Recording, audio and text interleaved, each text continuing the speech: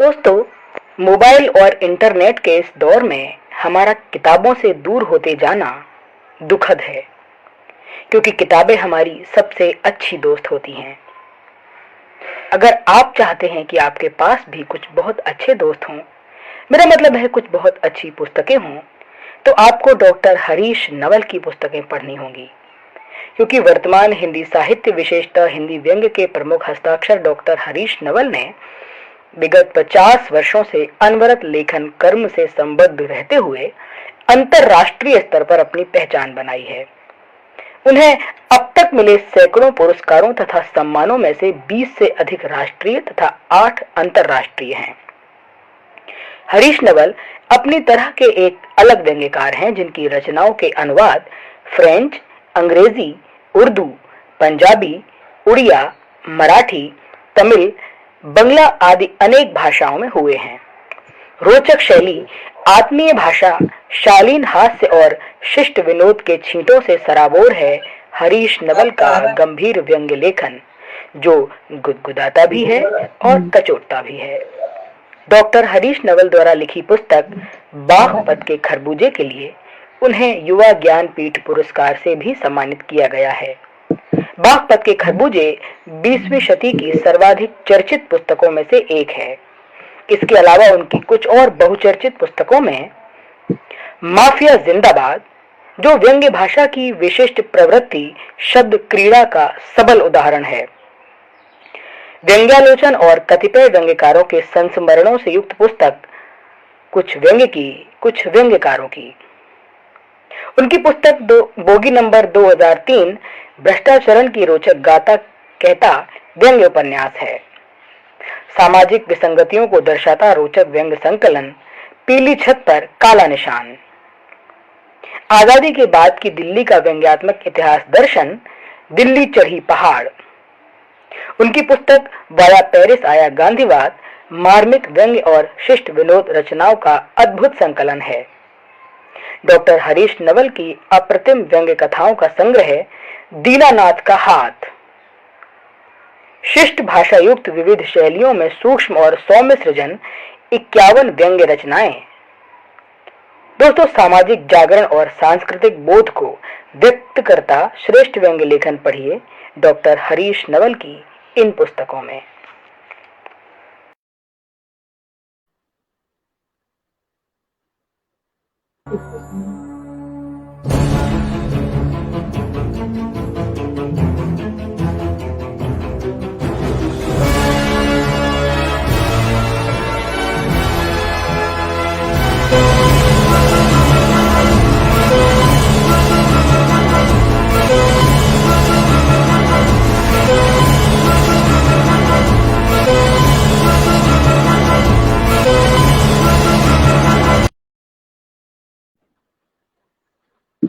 नमस्कार मित्रों, जय श्री कृष्ण, प्रणाम। पुनः यत्र तत्र सर्वत्र के पेज पर प्रमिला शरद व्यास आप सभी को प्रणाम करती है, नमस्कार करती है और आप सभी का आह्वान करती है आज के नए साक्षात्कार के नए व्यक्तित्व के साथ, नई शख्सियत के साथ और यत्र तत्र सर्वत्र मैजिक मैन के पटल पर हम सभी पुनः एकत्रित हुए हैं। मैं आज स्वागत करूंगी हमारे बीच महनीय आदरणीय प्रहलाद पारिक साहब विराज रहे हैं और प्रहलाद पारिक साहब काव्य कलाधन सम्मान से नवाजित हैं। और पारिक साहब के बारे में मैं यही कहूंगी कि जब हम कबीर का, रहीम का कोई भी दोहा गुनगुनाते हैं तो आप समझ लीजिए कि दोहा सम्राट ही हमारे बीच में उपस्थित है और कबीर और रहीम को हम मानसिक रूप में अपने अंतरतम में धारण कर आप प्रहलाद जी पारिक साहब से मुखातिब हों। प्रहलाद जी पारिक साहब के दोहे सुने, वो दोहा सम्राट हैं, मुक्तक के महान सृजनकार हैं और गजलों में भी आपका अच्छा दखल है। और प्रहलाद पारिक साहब केवल सृजनकार ही नहीं, कलाकार ही नहीं, एक बहुत ही उच्च शिक्षा अधिकारी, जिला शिक्षा अधिकारी भी है, शिक्षाविद भी है। मैं आपके व्यक्तित्व से इतनी प्रभावित हूँ कि आप सृजन और प्रशासन प्रशासनिक सेवाएं शिक्षा विभाग में करना आज के दौर में बहुत ही कठिनतम काम है। तो आप दोनों ही चीजों को किस तरह से सामंजस्य बिठाकर आप अपना कार्य कर रहे हैं, मैं आपका स्वागत करती हूँ, आपका अभिनंदन करती हूँ। महामहनीय मेधाविन् त्वदीयं स्वागतं पूर्वम्, त्वदीयं स्वागतं पूर्वम्। इस पंक्ति के साथ मैं चाहूंगी कि आपका अभिनंदन करूं, आपको मैं आह्वान करूं, आप पटल पर पधारे। नमस्कार, प्रणाम। प्रहलाद जी पारिक साहब। जी जी प्रमिला जी, मैं आपका बहुत बहुत आभारी हूँ। आपने बहुत सारी बड़ी बड़ी बातें कर दी। मैं तो बहुत काव्य के क्षेत्र में बहुत छोटा सा विद्यार्थी हूँ, और मैं मैजिक मैन आदरणीय नरेश चंद्र जी जोशी का भी बहुत आभारी हूँ कि उन्होंने इस बड़े पटल पर, इस पेज पर ये अवसर दिया कि मैं इस पेज पर आऊं। हालांकि उनके पेज पर मेरा लाइव बहुत पहले हो चुका है, लेकिन मेरे साक्षात्कार के लिए उन्होंने आपको चुना, इसके लिए भी मैं बहुत बहुत धन्यवाद करता हूँ उनका। और आपका भी बहुत आभारी हूँ कि आपने बहुत अच्छे से कई साक्षात्कार लिए हैं, और आपकी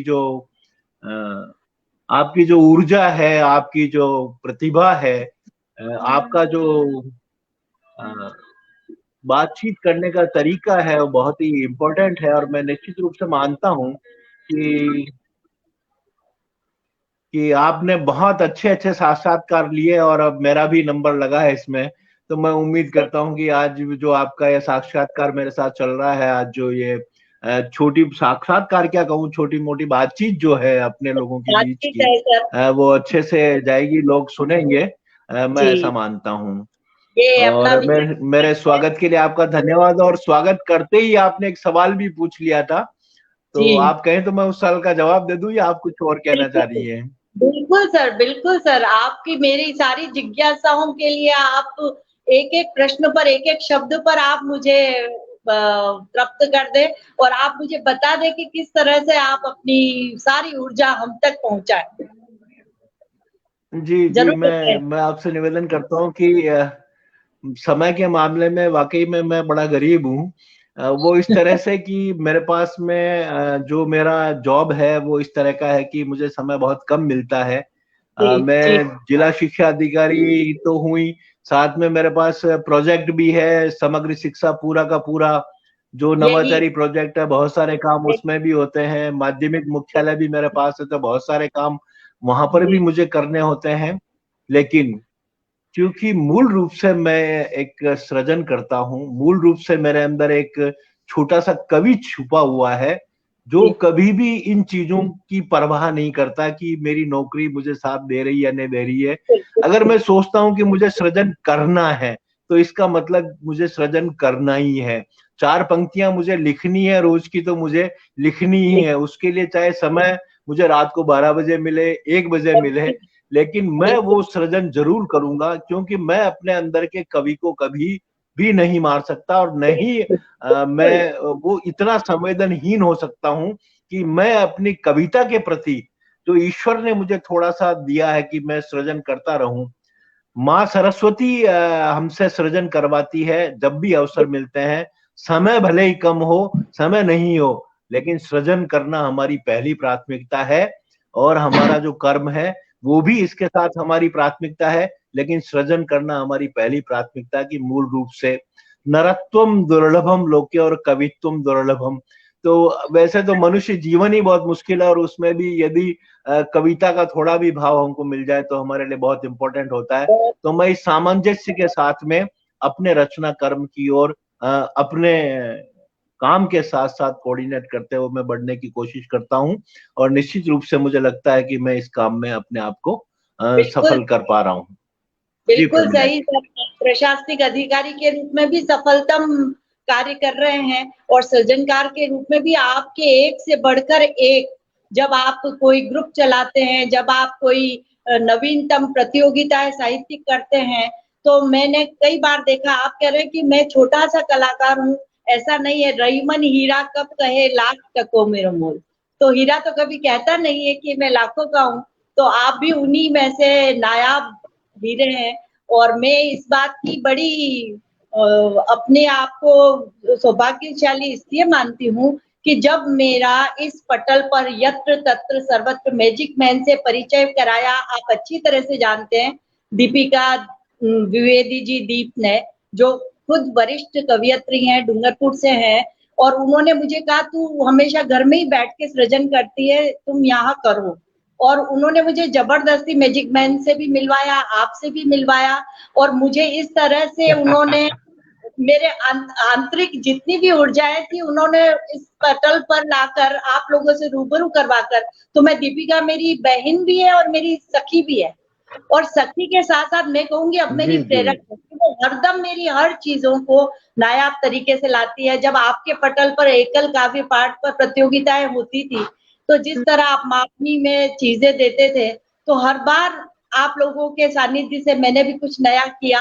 तो इसके लिए मैं आपको प्रणाम करती हूँ कि आप इस तरह की योजनाएं, इस तरह की प्रतियोगिताएं, साहित्यिक जितने भी आप मापनी से दोहे, छंद, कुंडली वगैरह के बहुत सारी प्रतियोगिताएं करते हैं, वो करते रहें तो नए लोगों को बहुत मिलेगा। मैं साथ ही ये भी बताना चाहूंगी कि जब आपने पहली कृति 2012 में तीसरी आंख की रचना की, और वो कृति शायद मुक्तक मलार थी, और वो प्रथम मुक्तक संग्रह था, तो मैं चाहूंगी कि आप मुक्तक मलार पुस्तक के बारे में बताते हुए ये बताएं कि आपके सृजन के प्रति सबसे पहले कब अनुराग आपको महसूस हुआ? प्रमिला जी, मैं आपसे एक निवेदन करूं। मूल रूप से मैं वाचिक परंपरा से जुड़ा हुआ था। बहुत वर्षों तक मैं सलूम्बर में रहा, और वाचिक परंपरा के देश के बड़े से बड़े कवि को मैंने प्रयास किया कि सलूम्बर के उस छोटे से मंच पे मैं बुलाऊं। और बचपन से मन तो था कि कुछ लिखूं, और जो लिखूं वो किसी को सुनाऊं, इसलिए वाचिक परंपरा से जुड़ा हुआ तो था। लेकिन एक कहावत है ना प्रमिला जी की, नेक ख्वाहिशात करने से नेक काम नहीं होते, लेकिन कभी कभी नेक काम हो भी जाते हैं। कभी कभी नेक काम हो भी जाते हैं। तो कविता से जुड़ाव बहुत लंबे समय से रहा, तो मैं कभी यहाँ लिख दिया, कभी वहां लिख दिया, कभी यहाँ छोड़ दिया, तो वो ध्यान में नहीं रहता था।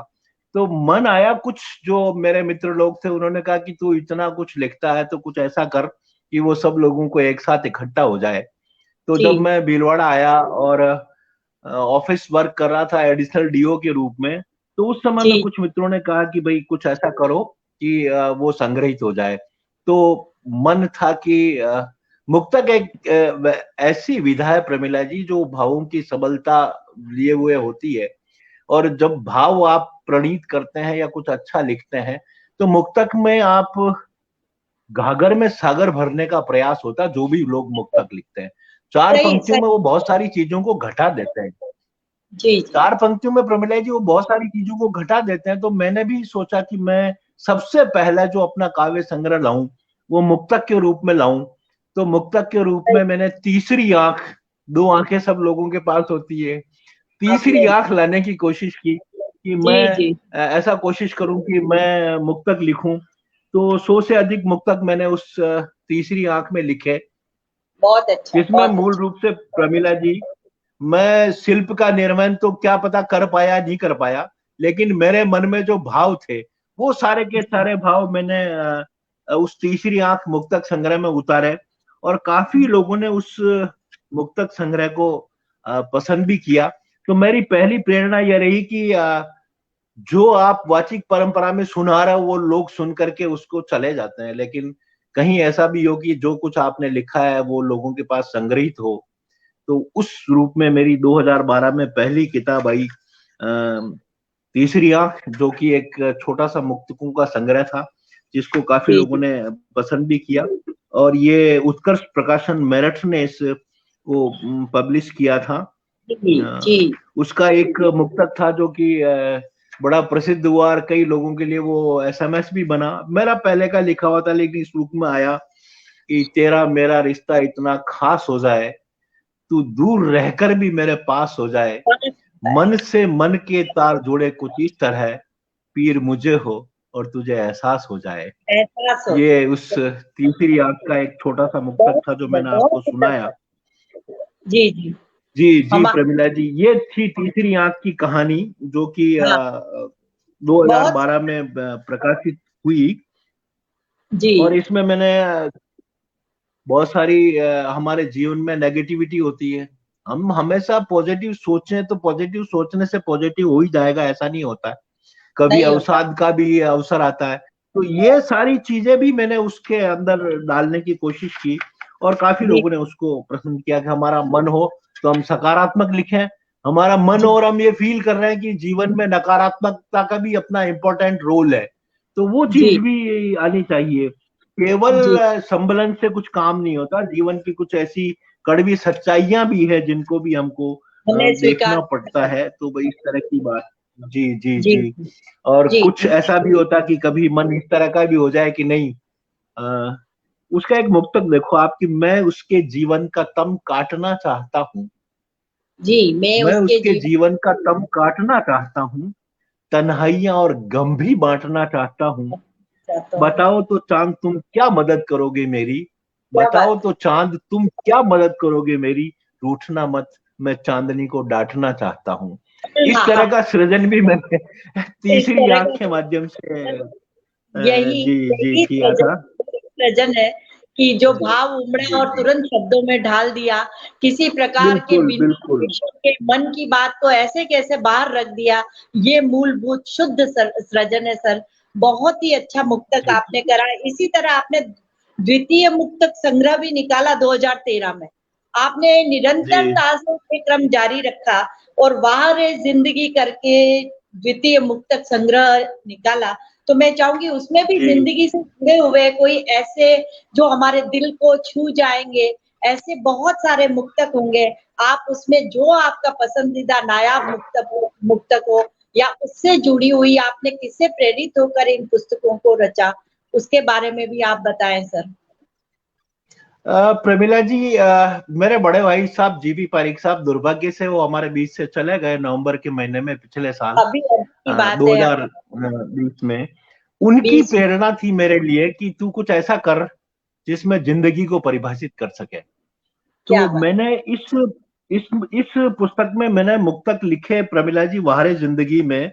जो मेरे मुक्तकों का जो मैं बताऊं आपको कि इसमें कुल मिलाकर के 170 मुक्तक हैं वहारे जिंदगी में। अच्छा और अच्छा। इसमें इसमें 108 मुक्तक ऐसे हैं प्रमिला जी, जिसमें मैंने लास्ट में इस चीज को लिया है जिसको हम रदीफ कह सकते हैं, है जिंदगी। हाँ है। 108 मुक्तक जो मेरे हैं, वो उसमें आखिर में जो शब्द आया है वो है जिंदगी। जैसे कि हसीन लम्हों की मुलाकात है जिंदगी, हसीन लम्हों की मुलाकात है जिंदगी, अच्छी जिंदगी। बुरी, अच्छी बुरी दोनों ही बात है जिंदगी, जी। इसे सहेज करके रखना मेरे यारों, इसी के प्यार की सौगात है जिंदगी। क्या बात, इस तरह क्या से बात। अब जैसे कहीं ऐसा मन में आया तो दर्दो गम का आभास है जिंदगी, दर्दो गम का आभास है जिंदगी, एक फटा हुआ लिबास है जिंदगी, आईने में मैंने जब जब भी देखा है, बहुत उदास उदास है जिंदगी। उदास जिस समय उदास। मन में जो भाव आए वो उस तरह के भाव। अब आप देखिए, इसी तरह से एक चीज बिल्कुल विपरीत दिशा में जा रही है कि सुखद स्वप्नों का नव प्रभात है जिंदगी, हाँ। सुखद स्वप्नों का नव प्रभात है जिंदगी, और कहीं कहीं गहरा आघात है जिंदगी, लगाते हैं जिससे जिंदगी। आ गया हुनर वक्त से चलने का, जिसे क्या आ बात। गया हुनर वक्त से चलने का, उसके लिए सदा पूनम की रात है जिंदगी, उसके क्या लिए बात। सदा पूनम की रात है रात। जिंदगी। ऐसा ही जिंदगी का एक मुक्तक है जिंदगी किया मैंने कि सच में मीठा बोल है जिंदगी, सच में मीठा बोल है जिंदगी, झूठ के साथ मखौल है जिंदगी, संयम वाणी पर रख कर देखो, समझो तो अनमोल है जिंदगी। अनमोल है जिंदगी। बहुत सुंदर। हाँ जी, और बहुत इसी इसी का एक छोटा सा मुक्तक और सुनिएगा आप जी जी। कि जी चाहे स्वागत। गम की रात रहे, चाहे गम की रात रहे, कायम अपनी बात रहे, चाहे गम की रात रहे, कायम काय अपनी बात रहे, लाख जहर के प्याले दो, जिंदा पर सुकरात रहे। हाँ हाँ हाँ हाँ, गजब इस गजब। तरह के बहुत सारे मुक्तक मैंने इस बारे जिंदगी में लिखे हैं। प्रमिला जी जी, बहुत सारे लोग हैं, मुझे राजीव शर्मा जी दिखाई दे रहे हैं, थोड़ी देर जी में जी, प्रणाम वो उनको। अटल जी भी दिखे थे, जी मैजिक प्रणाम मैन जी, सर भी जुड़े हुए, तो मैं आप सभी लोगों का बहुत स्वागत अभिनंदन करता हूं। जैसे प्रकाश नागोरी सर मेरे जी बड़े जी, भाई हैं, और आभा वाचिक मेहता परंपरा के जी, दौर में तो आभा वाचिक मेहता परंपरा के जी, दौर में प्रकाश जी नागौरी मेरा बहुत साथ रहे, आदरणीय प्रमिला जी, जेपी आपके पंड्या उदयपुर है, के ही है। उदयपुर से हैं, आशा मेहता जी हैं, अर्चना पंडित आयना उदयपुरी साहब, प्रणाम सर प्रणाम। जी जी आप की उपस्थिति मेरे को, संदीप दीक्षित जी हैं, काफी जी लोग जी जुड़े हैं, सभी को हमारी तरफ से प्रणाम। आप मेरा उत्साह वर्धन कर रहे हैं। शकुन जुड़ी हुई है मेरी बहन, हमेशा मेरे साथ जी रहती जी, है। उषा जी, नीता उषा जी जी, जुड़ी हुई है, जी मैजिक जी, मैन सर जुड़े हुए हैं, बड़े भैया राजीव, प्रकाश जी नागौरी का तो मैं आपको क्या बोलूं कि उन्होंने तो कितना मेरा साथ दिया, कितना सपोर्ट किया, बहुत, बड़े आयोजक रहे वो भी, और मैं खुद भी बहुत छोटा आयोजक रहा, तो कितने जी ही मंच हमने एक साथ किए, जी, और हाँ जी। बहुत सारी चीजें ऐसी हमने की जो कविता के फील्ड में हमारे लिए बिल्कुल नीता नई थी। नीता जी जो और जुड़ी हुई है हमारे साथ, वो हमेशा जी हर जी, प्रोग्राम नीता में जोशी जी जुड़ी हुई है, नीता जोशी जी आपको नमस्कार मेरा, नमस्कार और आप प्रणाम। सभी लोगों का बहुत बहुत स्वागत है कि आप अपना कीमती समय निकाल रहे हैं। जी प्रमिला जी प्लीज। बिल्कुल। अब हम चलते हैं सर, आपने मुक्तक के बारे में बात की, आपको दोहा सम्राट भी कहा जाता है। तो दोहा जो है दोहा जो है सम्राट। मेरे हिसाब से दोहा एक कठिनतम विधा है। उसमें पूरा 11-13 का माप और बड़े सावधानी से रस्सी पर चलना, उस तरह से दोहे का निर्माण हो पाता है। तो जी जी जी बिल्कुल। ऐसे दोहे रटने में बड़े आसान है, पर उसका सृजन करना बड़ा कठिन है। तो मैं जी चाहूंगी जी कि जी कुछ अपने नायाब दोहे भी हम तक पहुंचाए, और सभी लोगों को लगे कि दोहा सरलतम विधा बोलने में है, सृजन करने में थोड़ा सा कठिन है, तो उस पर भी थोड़ा प्रकाश डालें। मैं आपको, लोगों को लगता है कि दोहा सरल विधा है, हालांकि प्रमिला जी मैं गाता नहीं, पर तीनों ही जो गेय विधाएं हैं, दोहा, जी मुक्तक और गजल, जी मैंने इन तीनों पर ही छोटा मोटा काम करने का प्रयास किया। जी मंचों के जी ऊपर तो मैं व्यंग का कवि था, मंच पे तो हास्य व्यंग किया करता था मैं, जी जी लेकिन बाद में मैंने जो लेखन विधा पकड़ी, दोहा, गजल और मुक्तक तीनों ही गेय विधाएं हैं जिसको जी जी गाया जाता है।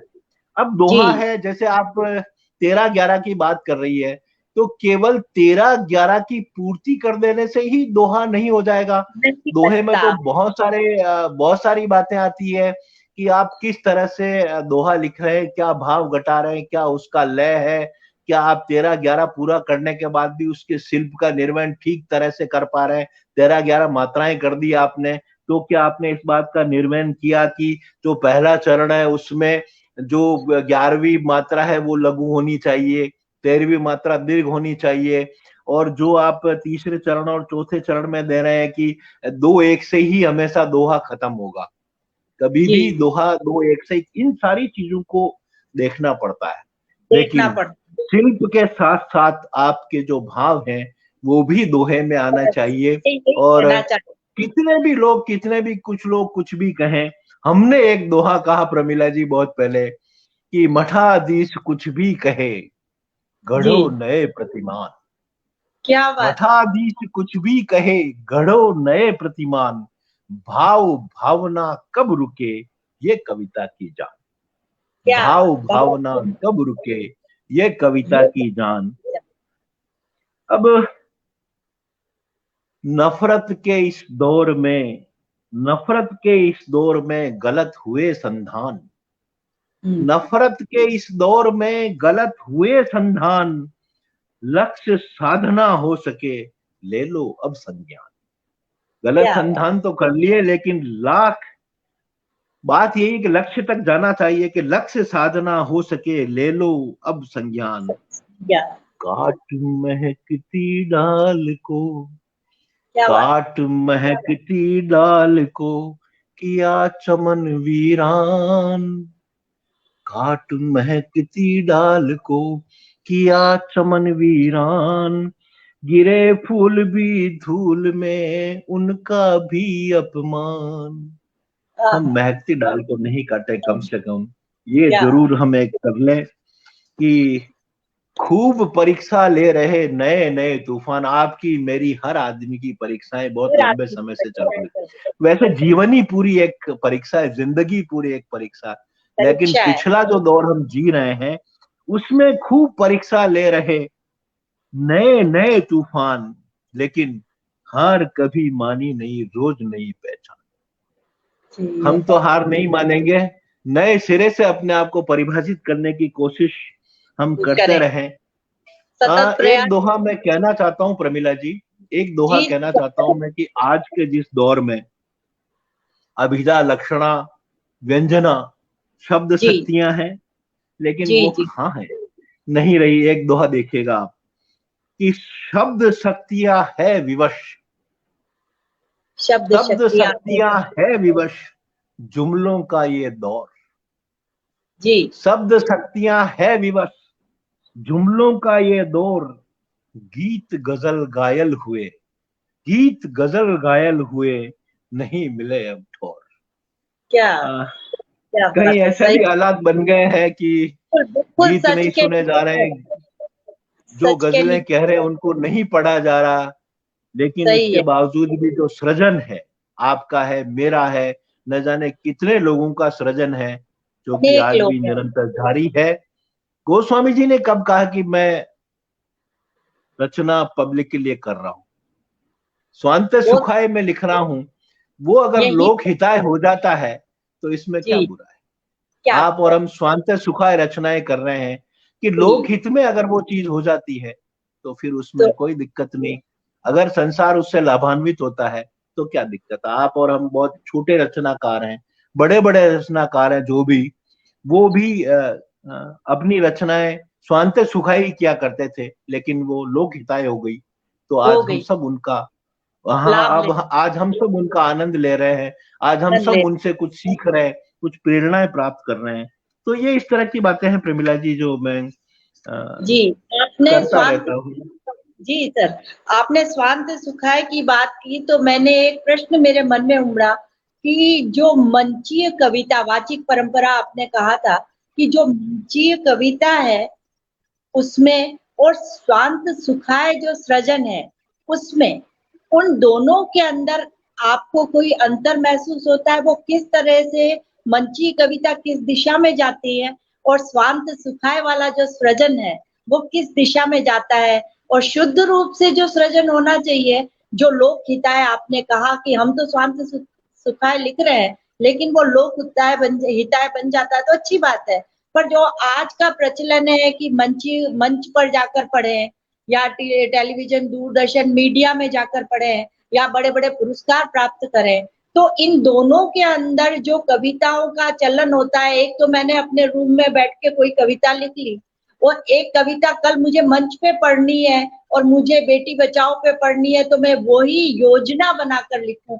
उन दोनों सृजन में क्या अंतर है? मैं आपसे थोड़ा सा परामर्श और विमर्श करके ये बात जानना चाहूंगी। स्वागत है सर। जी जी प्रमिला जी, आपका सवाल बहुत अच्छा है। देखिए प्रमिला जी, वाचिक परंपरा इस देश की बहुत बड़ी परंपरा है जी। इस परंपरा को, इस परंपरा में न जाने कितने लोग हुए हैं जिन लोगों ने पता नहीं क्या क्या कह दिया। अब आप जैसे, मैं एक साधारण सी बात करूं आपको कि भगवान श्री कृष्ण ने जो गीता कही जी, वो वाचिक रूप में ही कही ना, वाचिक उन्होंने सुनाई ही सही, बिल्कुल। और अब इस तरह से वाचिक परंपरा में देश में बहुत बड़े लोग हैं जिन्होंने मंचों पे बहुत काम किया, रामधारी सिंह दिनकर साहब हो, सुमित्रा नंदन पंत हो, आज के दौर में भी बहुत सारे श्रद्धेय पद्मश्री गोपाल दास नीरज हो, ये सब वाचिक परंपरा के बहुत बड़े कवि थे। आपके उदयपुर में वाचिक परंपरा के बहुत बड़े कवि हैं, लेकिन वाचिक परंपरा का जो विकृत दौर है मैं उसकी बात नहीं करता। विकृत दौर यह है कि एक ही चुटकुले को 25 लोग सुना रहे हैं, ये है मंच की वाचिक परंपरा का विकृत दौर। लेकिन मंच की वाचिक परंपरा का एक बहुत बड़ा दौर है जैसे प्रकाश जी नागौरी जी बहुत अच्छे गीतकार हैं आपके उदयपुर के, तो वो जी उन्होंने बहुत सारी ये मेहनत की, बहुत बड़े संचालक हैं। अभी विष्णु सक्सेना जी हैं, वो भी बहुत अच्छे गीत पढ़ते हैं, कुमार साहब हैं, शैलेश जी हैं। तो ये बिल्कुल। सब लोग वाचिक परंपरा में बहुत अच्छा काम कर रहे हैं। वो विकृत जी दौर की बात नहीं करता मैं, लेकिन वाचिक परंपरा की एक शर्त होती है कि आप जो पढ़ रहे हो, वो जो आपको सुन रहे हैं, उन लोगों के ऊपर कितना प्रभाव डालेगा, ये निर्भर करता है। जी वाचिक सर। परंपरा में आपने घर में जो कविता लिख दी और आप सोच लिया कि मैंने बहुत अच्छा लिख दिया, मैं इसको कल मंच पे जाके सुनाऊंगा और मैं सफल हो जाऊंगा, एक नामुमकिन सी बात है। वाचिक जी परंपरा में आपको अपने लिए नहीं, आपके जो सामने वाले लोग हैं, वो किस मानसिकता के हैं, वो क्या सोचते हैं, वो क्या देखना सुनने के लिए उस कवि सम्मेलन में आए हैं, ये चीज हाँ, आपको करनी पड़ेगी। करनी अच्छे होगी। अच्छे कवि मंच पे अच्छे अच्छे कवि मंच पे ऊट हो जाते हैं, और जो साधारण कवि है वो मंच पर बहुत चमक जाते हैं। कभी कभी ऐसा भी होता है। उसका ऐसा भी होता उसका उसका कारण यही है कि जो श्रोता है, उन श्रोताओं का टेस्ट कैसा है, वो क्या सुनना चाहते हैं। ऐसा नहीं कि अच्छी चीजें नहीं सुनी जाती, आज भी है। अच्छी चीजें सुनी जाती है और बड़े बिल्कुल सफल होते हैं मंच। अच्छी बिल्कुल चीजें बिल्कुल। सुनी जाती है, जैसे आप बेटी बचाओ पे लिख रहे हैं, तो जो करुण रस आपके बेटी बचाओ के अंदर आएगा ना, उस उस मानसिकता के लोग भी बहुत सारे होंगे जो वहां पर सुनने के लिए इस चीज को बैठे होंगे, तो बैठे वो होंगे। निश्चित रूप से सुनते हैं। तो वाचिक परंपरा देश की बहुत बड़ी परंपरा है, बहुत लेकिन शुक्र। इसमें फर्क यही है कि आप स्वांतः सुखाए जो लिख रहे हैं, वो आप अपने मन के हिसाब से कुछ भी लिख सकते हैं, आप अपने अंतर मन को, आपके अंदर के कवि को आप संतुष्ट कर सकते हैं। लेकिन ये मेरा अपना विचार है कि वाचिक परंपरा में जाने के लिए और वहां सफल होने के लिए आपको अपने साथ साथ उन लोगों की मानसिकताओं का भी ख्याल करना होगा जो उस वाचिक परंपरा में आपकी कविता को सुनने के लिए आते हैं। तो उसका अपना महत्व है वाचिक परंपरा का, निश्चित रूप से इसमें कोई शक नहीं। और देश की बड़ी परंपरा चलनी चाहिए। हम जी आखिरकार हम भी आज अभी बात कर रहे हैं, ये वाचिक परंपरा के माध्यम से ही बात कर रहे हैं। तो यदि से ये बात। कला हमारे में नहीं आई, तो फिर हम किससे बात करेंगे, क्या कहेंगे। स्वांत सुखाय हो सकता है कि बहुत अच्छी चीज हो, और अपने मन को हम संतुष्ट करते हैं, अच्छा लिखते हैं, बुरा लिखते हैं, वो हमारा अपना है। लेकिन जी वाचिक परंपरा में हम अगर कुछ भी कह रहे हैं, बोल रहे हैं, लिख रहे हैं, सुना रहे हैं, तो वो सार्वजनिक है, वो सबका है। जी और जो जी। चीज सबकी होती है वो हमेशा अच्छी होनी चाहिए। अच्छी भी ये होती बात है, सही। अच्छी भी होती है। बहुत जी बहुत जी बहुत जी सुंदर जी जवाब दिया। हमारे बीच में कमलेश कुमार जी दीवान साहब हैं, दिवाकर अयाचित साहब हैं, प्रकाश जी नागौरी भाई साहब हैं, और शकुन है, बहुत नीता भाभी जी हैं, अनेक लोग जुड़े हुए हैं। मैं सभी का हार्दिक स्वागत करती हूँ। आप हमारे बीच हैं, हम लोगों को सुन रहे हैं, तो हम लोगों का हौसला बढ़ रहा है। मैं आगे बढ़ते हुए, मैं दोहा और मुक्तक की परंपरा से बिल्कुल हटके गजल विधा पर आपने एक पुस्तक 2013-14 में जीवन की हलचल कह दूं नाम से एक गजल संग्रह आपका प्रकाशित हुआ। तो मुक्तक का एकदम जी अलग जी जी प्रमिला जी। अलग चलन है, और आप गजल तक आ गए। तो उस बारे में भी मैं चाहूंगी कि आपने जीवन की हलचल कह दूं गजल संग्रह में उसका सफर कैसा रहा, कहाँ से आपने गजल की प्रेरणाओं को लिया और किस तरह से उनको इस पुस्तक के रूप में आपने स्थापित कर दिया, उसी के बारे में मैं जीवन की हलचल कह दूं में नायाब गजल आपसे सुनना चाहेंगे। स्वागत है सर।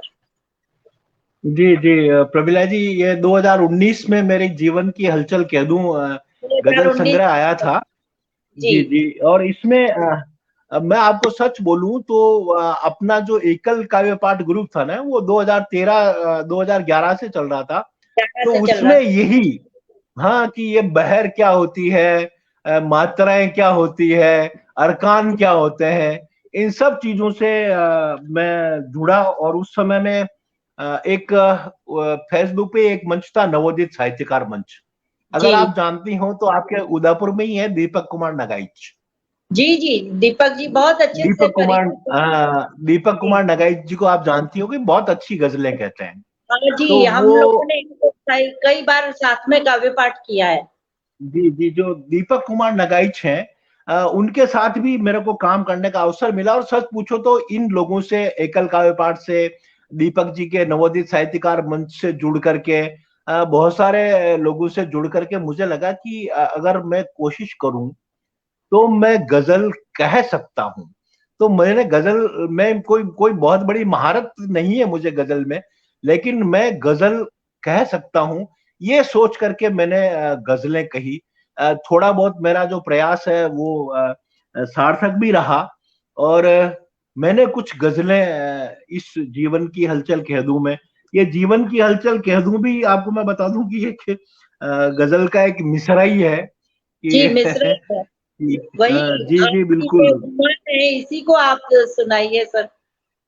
जी मैं इसको भी आपको सुनाऊंगा, लेकिन मेरे सामने एक छोटी सी गजल आ रही है, मैं आपको कहता हूँ भाई साहब कह रहे हैं कि कि आप क्या व्यंग्यकार भी हैं, तो कुछ व्यंग भी सुनाइए। तो आपके व्यंग रचना प्रकाश जी भाई साहब ने निवेदन किया कि आप व्यंग्यकार हैं, व्यंग भी सुनाए, तो वो भी चाहेंगे हम सभी लोग कि आप व्यंग के ऊपर भी बताएं और गजल सुनाए। पहले निशा जी हमारे बीच है, सुनील चौधरी हमारे बीच है, काफी लोग हैं। आदरणीय दादा सुरेश चौधरी जी हैं, वो भी कोलकाता में विराजते हैं, मेरे बहुत अच्छे प्रेरणा जी के स्रोत है आदरणीय सुरेश जी चौधरी साहब। प्रकाश जी भाई साहब के लिए तो मैं क्या कहूँ, वो मुझे कुछ भी कह सकते हैं, वो मेरे अपने हैं। काफी सारे लोग जुड़े हुए, मैं सभी लोगों का हृदय से आभार ज्ञापित करता हूँ। और ये जो जितने भी लोग जुड़े हुए हैं, आपके मेरे मन से जुड़े हुए लोग हैं, जो कि उनको लगता है कि नहीं राजीव शर्मा जी हैं, तो ये सारे राजीव। जो लोग हैं अपने, हाँ बिल्कुल अपने मन आंगन से जुड़े हुए लोग, आप सभी का बहुत स्वागत अभिनंदन करता हूं मैं। जी एक एक गजल कहने की कोशिश करता हूं मैं प्रेमिला जी, मेरी एक वो वायरल गजल है, वो भी मैं आपको सुनाऊंगा पूरे स्वागत देश है, में। स्वागत है। निशा निशा आई है, देखो निशा पंड्या आई है, क्या निशा क्या आई अब है? ये ये अमेरिका ये से आई है। बेटी भी है और बहू भी है। तो निशा पंड्या अब स्वागत आप है। सुनो, बहुत अच्छी निशा कविता। के लिए सुनो, आपकी बहुत बरसों तक निशा हमारे हिंदी काव्य मंचों पर रही, और हमने जी कई मंचों पर एक साथ काव्य पाठ भी किया, और सलूबर के जी बहुत सारे मंच निशा ने उस दौर में 2000 से पहले खूब सारे पहले मंच उसने जी पढ़े। जी जी, जी ओम प्रकाश यादव जी आए, सभी आप सभी लोगों को मैं एक एक गजल सुनाता हूँ प्रमिला जी। इस स्वागत जीवन की हलचल कह दूं से ही एक गजल वो मैं सुनाता हूँ आपको, स्वागत है सर। कि दुआओं में असर की बात करता है, दुआओं में असर की बात दुआओं करता है। में असर की बात करता है, ठहर कर भी सफर की बात करता है। क्या बात है, ठहर कर भी सफर दुआओं में असर की बात करता है, ठहर कर भी सफर की बात करता है, की। उजाड़ा है चमन जिसने यहाँ सारा, उजाड़ा है उजाड़ा चमन। है चमन जिसने यहाँ सारा, गुलों की और सजर की बात करता है। क्या बात। गिराना चाहिए दीवार नफरत की, गिराना गिराना चाहिए दीवार नफरत की, की। मगर तू तो समर की बात करता है। मोहब्बत अब बाकी नहीं जमाने में, शेर देखिएगा आप, कि जी मोहब्बत अब नहीं बाकी जमाने में, तू क्यों दीवारों दर की बात करता है। तू क्यों दीवारों दर मोहब्बत की। अब नहीं बाकी जमाने में, तू क्यों दीवारों दर की बात करता है। बहुत हथेली पे लिए है मौत सारे ही, आहा। हथेली पे लिए हैं मौत सारे ही, जहर के किस असर की बात करता जहर के किस असर की बात है। करते, क्या ये कमाल कमाल है। जहर के किस असर बहुत की बात करता है। बहुत ये सुंदर। एक गजल थी, जिसमें हमने निर्वाह करने की कोशिश की किसी एक बहर को। तो इस तरह जी से बहुत सारी गजलें मैंने कही है प्रमिला जी। जी। मैं आपसे अच्छा आप कुछ पूछिएगा, मैं बताता हूँ मैं आपको, कुछ कहना चाह रही मैं हैं आप। बताना चाहूंगी कि आपने आकाशवाणी, दूरदर्शन और कई मंचों पर तो पाठ किया ही है, पर ईटीवी पर गुदगुदी जी हुई, जी टीवी पर हास्य कवि मुकाबला में भी आपने बहुत अच्छी प्रस्तुतियां दी, कई लोगों ने देखा और हमें बहुत अच्छा लगा कि हमारी धरती से, राजस्थान की धरती से नायाब हीरे ने इतना प्रकाश चारों ओर काव्य का, काव्य प्रभा का, व्यंग प्रभा का, हास्य प्रभा का फैलाया। और कई पत्र पत्रिकाओं में आपके निरंतर प्रकाशन आते ही हैं। मैं आपके सम्मान की बात करूं तो बहुत सारे सम्मान है, 2008 से लगाकर 2019-20 तक लगातार आपको सम्मानित किया गया है। 2008 में मंडल स्तर पर शिक्षा विभाग द्वारा सम्मान मिला, 2012 में आपको साहित्यिक संस्था जय साहित्यिक संस्था जयपुर द्वारा मिला, 2013 में साहित्यांचल सम्मान मिला, 2013 में हिंदी दिवस पर विशेष रूप से आपको सम्मान दिया गया। क्योंकि आप शिक्षा विभाग से जुड़े हुए हैं, तो शिक्षा विभाग में हिंदी विभाग के अंदर बहुत सारी प्रतियोगिताएं हिंदी दिवस के ऊपर हिंदी सप्ताह के रूप में मनाई जाती हैं और अनेक विधाओं पर अनेक कार्य उसमें होते हैं। आप बहुत अच्छी तरह से जानते हैं कि उसमें कितने अच्छे लेक्चरर्स, विशेषज्ञ, बहुत सारे वरिष्ठ अध्यापक, बहुत सारे बच्चे वो भी अपना हुनर दिखाते हैं। तो आपने उन सब चीजों को जिया है और उन सब चीजों में आपने प्रतियोगिताओं में बच्चों को सराहा है। मैं इस बारे में आपको कहूंगी कि आप श्रेष्ठ ही हैं और आपका जो श्रेयस और प्रेयस प्रति सृजन की तरफ जा रहा है, जो आपकी रुचि बढ़ते हुए आज एक बरगद वट वृक्ष के रूप में फैल रही है, उसकी आभा चारों ओर है। और 2014 में शब्द सामयिकी द्वारा मुक्तकश्री का सम्मान भी मिला। तो दोहा सम्राट भी है और मुक्तकश्री का सम्मान भी है। रामजस सोडानी स्मृति प्रबुद्ध साहित्यकार सम्मान मिला। सलीला संस्था सलुम्बर में भी आपने भागीदारी की। विमला जी भंडारी में नाम लेना चाहूंगी, वो हमारे राजस्थान की धरती हाड़ा रानी के भूमि से है और खुद बाल साहित्यकारा राष्ट्रीय अंतरराष्ट्रीय स्तर पर बहुत अच्छा काम कर रही है वो। और इतनी प्रतियोगिता मैं यहाँ प्रमिला जी आपको रोकना चाहूंगा। मैं सलीला की जब आपने बात की ना 2010 से लगा के अभी जब कोविड नहीं आया तब तक उस सलीला का जो बाल साहित्यकार सम्मेलन हुआ करता है अक्टूबर या सितंबर के महीने में होता है, हमेशा मैं भी भागीदार रहती हूँ। उसका एक जो सेशन होता है, चाहे वो कोई सा भी सेशन हो, चाहे सम्मान का सेशन हो, चाहे उसके उद्घाटन का सेशन हो, वो सेशन मेरे संचालन में इतने वर्षों से, पिछले 10 वर्षों से हो रहा है। मैं उसका विमला जी का बहुत आभारी हूँ कि वो मेरे पे बहुत विश्वास करती इस मामले में। और सलीला संचालन सम्मान भी मेरे को सलीला साहित्यिक संस्था से मिला हुआ, जिसका मैंने इस सम्मान में शायद जिक्र न किया हो, लेकिन सलीला संचालन सम्मान भी इसी सलीला संस्था की तरफ से मुझे मिला हुआ है। और वो संस्था तो क्या, मेरी अपनी संस्था, मेरे घर की संस्था है, उस संस्था के लिए तो मैं क्या कहूँ। और सलुम्बर तो आप ये मानिए कि मेरे लिए घर जैसा ही है। उदयपुर, सलुम्बर, बिल्कुल मैंने सलुम्बर में अपने जीवन का बहुत महत्वपूर्ण हिस्सा व्यतीत किया है। तो आप भी तो सलुम्बर एरिया में रही हुई है, तो ये सारी चीजें हैं। तो वहां से सलीला तो अपने आप में बहुत अच्छा काम कर रही है आदरणीय विमला जी। किया है और मुझे भी उनके परिवार का सदस्य बना रखा है। सरस्वती वंदना, कई बधावे उनके प्रोग्राम में मैंने प्रस्तुत किए हैं। मुझे सलीला साहित्य सम्मान ने प्रदान किया है। तो विमला दीदी का बहुत स्नेह है मुझ पे और आज हम दोनों को याद करके मुझे लग रहा है कि बहुत बड़े साहित्यकार को हमने स्मरण किया। तो ये कार्यक्रम में उनके नाम को लेना एक सौभाग्य की बात है। जी बिल्कुल, आप है शकुंतला स्वरूपरिया जी परमानेंट मेंबर है सलीला की, वो भी उनके सारे कार्यक्रमों में उपस्थित रहती है। और विमला जी का तो क्या है कि जो उनका जो सलुम्बर का इतिहास जो उन्होंने लिखा, वो तो एक कालजयी रचना है, जिसके बारे में मैं आपको क्या बोलूं। सलुम्बर का इतिहास तो लिखा, कितनी मेहनत के साथ इतनी बढ़िया और इतनी बड़ी पुस्तक उन्होंने, कितने रिसर्च, कितने अनुसंधान और कितने लोगों के साथ वो करके उन्होंने वो सलुम्बर का इतिहास लिखा। अपने आप में बहुत बड़ा और अनूठा संग्रह है वो। जी जी। इसी तरह आपने शिवराज जी की नगरी नाथद्वारा से साहित्य मंडल का पुरस्कार लिया। देवेंद्र कर्नावट सम्मान राजसमंद के हैं, देवेंद्र कर्नावट साहब, वहां से सम्मान लिया। काव्य कलाधर सम्मान लिया। अनेक सम्मानों से आप सम्मानित हैं, लेकिन सबसे बड़ा सम्मान ये है कि आपके बीच में, आपके दिल में, आपके हृदय में जो साहित्य के सुमन खिल रहे हैं, जो साहित्य की खुशबू फैल रही है और हम तक पहुंच रही है, ये सम्मान ईश्वर की देन है और ये हमेशा आपको मिलता रहे, ऐसी मैं प्रार्थना करूंगी। एक अगले प्रश्न की तरफ जाने से पहले मैं चाहूंगी, आप एक गजल सुनाना चाह रहे थे, तो स्वागत है। जी, मैं वो कह रहा था आपको कि वही जो इस जीवन की हलचल कह दूं ना, वो जो इसका एक मिसरा मैं सुनाता हूँ, वो गजल आपको जी। कि बिन रदीफ बिन बहर काफिया मैं भी एक गजल कह दूं। बिन रदीफ बिन काफिया मैं भी एक गजल, बिन रदीफ बिन बहर काफिया मैं भी एक गजल कह दूं, भावों का दरिया बहने दूं, जीवन की हलचल कह दूं।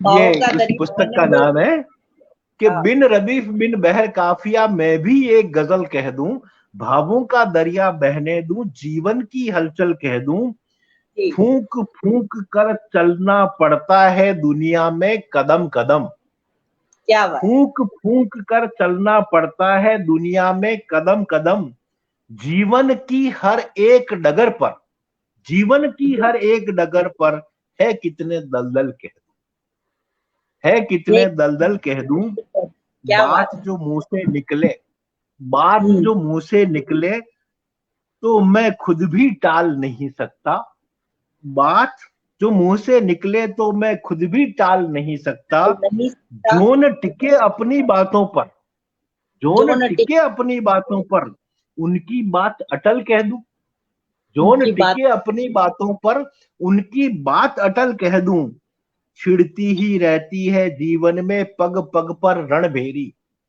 हाँ, छिड़ती ही रहती है जीवन में पग पग पर रणभेरी, जो उत्पात मचाते हैं क्या उन सबको पागल कह दूं, पागल जो कह दूं। उत्पात मचाते हैं क्या उन सबको पागल कह दूं। और इसका आखिरी शेर नजर करता हूं, यूं तो पागल। मैं भी खुद पर, यूं तो मैं भी खुद पर पूरा उपन्यास कह सकता हूं, जी, यूं तो मैं भी खुद पर पूरा उपन्यास कह सकता हूं, मैं चाहूं तो दो शब्दों में खुद को बहुत प्रबल कह दूं, मैं मैं चाहूं तो दो शब्दों में खुद को बहुत उसको प्रबल कह दूं। क्या जी बात है, क्या प्रमिला बात। जी, ये गजल थी। जी, और एक मेरी वायरल गजल है जो मैं आपको सुना देता हूँ। स्वागत है। वो बहुत प्रसिद्ध है, न जाने कितने लोगों के मोबाइल पे, वो सुन लीजिएगा। उसके हम्म, बाद आप जैसा कहे कि मुझे लगता है कि साक्षात्कार का समय भी लगभग पूरा होने आ रहा होगा, जी, जी। कि यार से ऐसी यारी रख, हम्म, दुख में भागीदारी रख, ये बात। जी यार सर। से ऐसी यारी रख, दुख में भागीदारी रख, लोग भले कुछ भी बोले, लोग भले कुछ भी बोले तू तो जिम्मेदारी रख, कुछ तो लोग भले जिम्मेदारी। कुछ भी बोले तू तो जिम्मेदारी रख, वक्त हो जब कुर्बानी का, वक्त हो जब कुर्बानी का पहले अपनी बारी रख, हाँ, वक्त हाँ, हो जब कुर्बानी का पहले अपनी बारी रख, हरी लाख रख। मुसीबत आएंगी, लाख मुसीबत आएंगी तू पूरी तैयारी रख, लाख लाख। मुसीबत आएंगी तू पूरी तैयारी रख, कामयाब हो जाएगा जंग जहां से जारी रख, बोझ लगेंगे सब हल्के मन को तू मत भारी रख, भारी। बोझ लगेंगे सब हल्के मन को तू मत भारी रख, मन जीता तो जग जीता कायम ये खुददारी रख, मन जीता तो जग जीता कायम ये खुददारी रख। ये क्या गजल बात। प्रमिला जी किसी को मंदिर पे मिली, किसी को गुरुद्वारे पे मिली, किसी को कहाँ मिली, लेकिन सच ये है कि ये गजल यहाँ से मिली। यहाँ से मिली, बिल्कुल। और मैंने भी अ, पढ़ी उस पे जी प्रमिला जी। बहुत अच्छी लगी थी मुझे। और आज आपके मुंह से सुन के मुझे आपसे मुखातिब होते हुए सुनना ऐसा लग रहा है कि मैंने पढ़ने में जो आनंद नहीं था वो सुनने में आनंद मिल रहा है। मैं अब आपसे कुछ छोटे-छोटे इस तरह के प्रश्न करना चाहूंगी कि जैसे सबसे प्रिय पुस्तक कौन-सी है आपकी? जी सबसे प्रिय पुस्तक आपकी कौन-सी है? मुझे सबसे अच्छी कौन सी पुस्तक लगी? जी, जी। आपकी सबसे जो जिसको आप बार-बार पढ़ना चाहते हैं, ऐसी कौन-सी प्रिय पुस्तक है आपकी? इतना बड़ा, इतना साहित्य का अंबार है, तो कौन-सी पुस्तक आप जानते हैं कि मुझे जी सबसे मैं प्रिय बताऊं है? आपको कि मैं बताऊं आपको, मैं प्रेमचंद जी को खूब पढ़ा मैंने, और जी, बस, प्रेमचंद जी की गोदान मुझे बहुत पसंद है। ये और बात। इसके अलावा जो आचार्य चतुर्सेन ने धर्मो रक्षति लिखा और वयम रक्षा में लिखा, ये हुँ, मैंने कई कई बार पढ़ ली है। और जो सखाराम खांडेकर साहब का ययाति है जो कि ज्ञानपीठ अवार्डेड है, उसको भी मैंने कई बार पढ़ा। तो ये कुछ ये पुस्तकें जो मुझे बहुत ज्यादा पसंद है। और किसी एक की अगर बात आप करें तो मुझे आचार्य चतुर्सेन की वयम रक्षा में सबसे सर, ज्यादा पसंद है, जी सर, जिसको मैं कई जी। बार पढ़ चुका हूँ। जी सर, मेरा ये प्रश्न पूछने के जी पीछे जी इतना सा मंतव्य था कि जब हम कोई पुस्तकें बचपन से ही पढ़ते हैं, तो किसी न किसी पुस्तक की गहरी छाप हमारे मन पर जाती है और हम प्रेरित हो जाते हैं कि हमें भी इस तरह का कार्य करना है। हम उस तरह तक पहुंच पाए नहीं, पर प्रयास हमारा लगातार जारी रहता है। तो जैसे ही आपने आचार्य चतुर्सेन का नाम लिया और प्रेमचंद जी का नाम लिया, तो हमारे मन में वो बड़े-बड़े साहित्यकार जो प्राचीन समय से बैठे हुए हैं, वही हमारे प्रेरणा के स्रोत हैं। तो इसके पीछे आपकी प्रेरणा क्या थी? जी बिल्कुल बिल्कुल बिल्कुल। और एक बात मैं और पूछना ऐसे चाहती लोगों हूँ, को पढ़ना बहुत बड़ी बात होती है। बहुत बड़ी बात है, और आज भी हम उस पुस्तक को पढ़ें तो लगता है कि पहली बार पढ़ रहे हैं। तो वो कहते हैं कि वही चीज सुंदर है, वही बिल्कुल बिल्कुल शायद है जो हर बार हमको नई लगे। ऐसा कहा गया है जी कि जी जो जी जी हर पल पल आपको, हर क्षण क्षण आपको नया महसूस हो, वही चीज सबसे सुंदर होती है, वही चीज सबसे अच्छी होती है। तो इसी क्रम में मैं ये भी पूछूंगी कि बहुत सारी कविताएं हमने सुनी है, खूब लड़ी मर्दानी सबके बच्चों बच्चों के मुंह पर है। तो ऐसी कोई प्रिय कविता, ऐसी कोई प्रिय कविता जो चाहते हैं कि ऐसी कविता, कालजयी कविता काश हम भी रच पाते।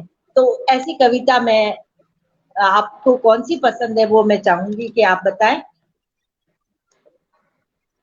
मुझे नीरज जी की वो कविता बहुत पसंद है, प्रमिला जी, जीवन नहीं मरा करता है, कुछ जीवन सपनों के नहीं। मर जाने से जीवन नहीं मरा करता है। ये नीरज जी की जो कविता है मुझे बहुत पसंद है, और इस कविता में जो इतनी प्रेरणा है उसका कोई मुकाबला नहीं है। और ये कविता मैं कई बार पढ़ता हूँ और जीवन में हमेशा प्रेरणा का काम करती है कि अगर हमारे कुछ सपने अधूरे भी रह जाते हैं या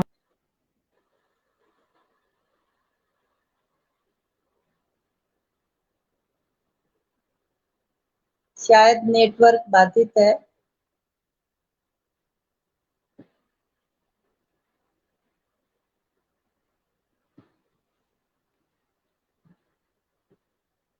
ये उनका नेट को कोई दिक्कत आई हुई, नेटवर्क की प्रॉब्लम आई है सर, तो हाँ हम हम जुड़ेंगे। प्रतीक्षा करते हैं। हमारे बीच में लता जी, लता भट्ट हैं डूंगरपुर से, ओम प्रकाश जी यादव साहब हैं, और प्रकाश जी नागौरी साहब हैं, नीता जी हैं। नीता जी को बहुत बहुत प्रणाम। आराधना जी हैं, दिवाकर अयाचित जी हैं। हमेशा आप लाइव में हमारे समक्ष रहते हैं, मैं बहुत बहुत धन्यवाद और आभार प्रकट करती हूँ। और भी हमारे साथ राजीव जी और दीपिका जी, आभा जी, लता जी, जितने भी लोग हैं, सभी का मैं हृदय से आभार व्यक्त करती हूँ और धन्यवाद प्रेषित करती हूँ। आप इसी तरह हमारे पटल पर हमारे साथ बने रहें। ये यत्र तत्र सर्वत्र का पटल है, यहाँ पर 75,000 से अधिक फॉलोअर्स बन गए हैं। और आपने साथ में ही जो यूट्यूब का चैनल चालू किया है, वहां पर भी 10 से 12,000 के लगभग फॉलोअर्स बनने आ रहे हैं, हो गए हैं। तो मैं इस उत्तम प्रयास में जोशी जी का सहयोग और जोशी जी का जो प्रयास है वो भागीरथ प्रयास है। मैं जोशी जी को बधाई के साथ साथ धन्यवाद अर्पित करना चाहूंगी कि आप इस पटल पर जो मेहनत कर रहे हैं उससे कई हिंदी कला साहित्य के प्रेमी लोगों को बहुत सारी चीजों का लाभ मिल रहा है। बहुत सारे लोगों को बहुत सारी कविताओं के साथ साथ अन्य हिंदी की कठिनतम विधाओं के बारे में भी जानकारी मिल रही है। तो जोशी जी को पुनः नमन है, पुनः उनका धन्यवाद है कि ये प्रयास आपका सतत जारी रहे, ऐसी हम प्रभु से कामना करते हैं। और आप ऐसे ही नायाब, ऐसे ही उत्कृष्ट, ऐसे ही महनीय लोगों को पटल पर लाते रहें और पूर्ण मनस्विता के साथ, पूर्ण सहयोग के साथ हम सभी संकल्प लें कि समाज के कल्याण की बात करें, लोक हित की बात करें। और मनोरंजन तो है ही, मनोरंजन से ऊपर हमारा आत्मिक मनोरंजन, आत्मा को सुख दे, ऐसी बातों मैं स्वागत करती हूँ पुनः प्रहलाद जी भाई साहब का। जी जी प्रमिला जी, वो नेटवर्क का इशू शायद आपके मेरे दोनों के आ गया था, इस वजह से बात नहीं हो पाई। जी, अब मैं नेटवर्क की ही प्रश्न को तैयार कर रही थी और नेटवर्क इश्यू आ गया। तो मैं एक छोटा सा प्रश्न और है, समय हमारे पास आ रहा है, एक नायाब और आपका कोई सृजन सुने उससे पहले एक छोटा सा प्रश्न जो आज के युग में बहुत जरूरी है। आप जान रहे हैं कि डिजिटल पढ़ाई चल रही है, लॉकडाउन की वजह से हम इस परिस्थिति में फंस गए हैं कि हम बच्चों को रूबरू पढ़ा नहीं पा रहे हैं। और ये युग भी आ गया कि सब कुछ डिजिटल हो रहा है, बुक्स भी आप डिजिटल रूप से पढ़ रहे हैं। तो मैं इतना सा जानना चाहूंगी कि क्या डिजिटल बुक्स के द्वारा, क्या डिजिटल पढ़ाई के द्वारा, क्या हम वास्तव में बच्चों को वो सीख दे सकते हैं जो हम कक्षाओं में देते हैं, या जो हम पुस्तकें बच्चों को देकर पढ़ाते हैं, उसमें और इनमें क्या अंतर है? ये कितना प्रमिला लाभदायी जी, है? आपने बहुत अच्छा सवाल किया आपने। जी मेरा निवेदन इस बारे में यह है कि ये जो अभी स्माइल 2 या ऑनलाइन या डिजिटल जो कुछ भी चल रहा है, ये केवल एक पूरक, बच्चों के लिए एक सहयोगी हो सकता है बिल्कुल सर, कि वो बिल्कुल उनकी मदद कर सकता है। लेकिन जो प्रिंट मीडिया है, जो पुस्तकें हैं, जो कक्षाओं में जो हम चीज बताते हैं, वो सारी जी चीजें इसके माध्यम से तो नहीं हो पाएगी। लेकिन जी इसका अपना एक इम्पोर्टेंस है, और ये एक पूरक साधन के रूप में जब बच्चे कुछ नहीं कर रहे हैं उस समय में अगर इस काम से भी उनकी थोड़ी बहुत मदद हो जाती है, तो जब हमने यूट्यूब वीडियो बनाए या क्लासें चलाई, तो थोड़ी बहुत मदद बच्चों को इस रूप में हो रही है। और मैं इस प्रयास की भी सराहना करता हूं कि ऐसे प्रयास भी होने चाहिए। लेकिन जो प्रिंट मीडिया है, जो पुस्तकें हैं, जो चीजें हम बच्चों को क्लास में दे रहे हैं, वो चीजें इससे नहीं हो पाएगी। लेकिन बच्चों के लिए पूरक के रूप में ये एक सहयोग जरूर कर सकता है। लेकिन पुस्तकों का अपना महत्व है। आज मेरे पास घर में एक पुस्तक है, तो मैं लाख पटका लूं, मैं उसको कभी फाड़ नहीं सकता। सीडी नहीं पढ़ तोड़ दूंगा, मैं कैसेट तोड़ दूंगा, मोबाइल छोड़ दूंगा आज से, लेकिन पुस्तक को मैं फाड़ के नहीं फेंक सकता। नहीं उसका फेंक। अपना एक इम्पोर्टेंस है, और वो हमेशा रहेगा प्रमिला जी।